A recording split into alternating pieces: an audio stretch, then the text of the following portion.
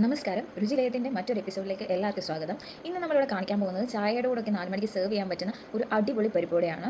Normally നമ്മൾ കടകളിൽ നിന്ന് വാങ്ങിക്കുന്ന പരിപ്പുവടയെക്കാട്ടിലും ചെറിയൊരു വ്യത്യാസം ഇതിനുണ്ട്. ടേസ്റ്റിൻ്റെ കാര്യത്തിലായാലും മേക്കിങ്ങിൻ്റെ കാര്യത്തിലായാലും എല്ലാ രീതിയിലും. അപ്പം എല്ലാവരും ഇതൊന്ന് ട്രൈ ചെയ്ത് നോക്കാം. എങ്ങനെയാണ് നമുക്കിത് ഉണ്ടാക്കേണ്ടതെന്ന് ഒന്ന് കണ്ടിട്ട് വരാം. Let's go. ഒരു പാത്രത്തിലേക്ക് 250 ഗ്രാം തുമരപ്പരിപ്പ് അല്ലെങ്കിൽ വടപ്പരിപ്പ് എടുക്കുക. അതിലേക്ക് ആവശ്യത്തിന് വെള്ളമൊഴിച്ച് 1 മണിക്കൂർ റെസ്റ്റ് ചെയ്യാൻ മാറ്റിവെക്കുക. ആ സമയത്ത് പരിപ്പുവട ഉണ്ടാക്കാൻ ആവശ്യമായ ബാക്കി കൂട്ടി നമുക്ക് തയ്യാറാക്കാം.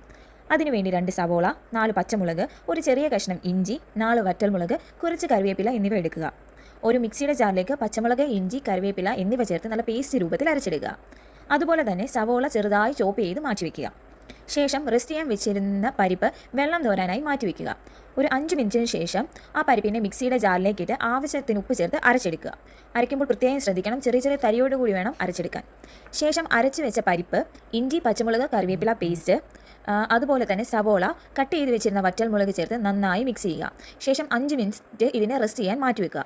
ശേഷം ഹൈ ഫ്ലെയിമിൽ ഓയിൽ ചൂടാക്കുക. ഞാനിവിടെ യൂസ് ചെയ്യുന്നത് ഗ്രോക്കോ എന്നൊരു ന്യൂ ബ്രാൻഡ് ഓയിലാണ്.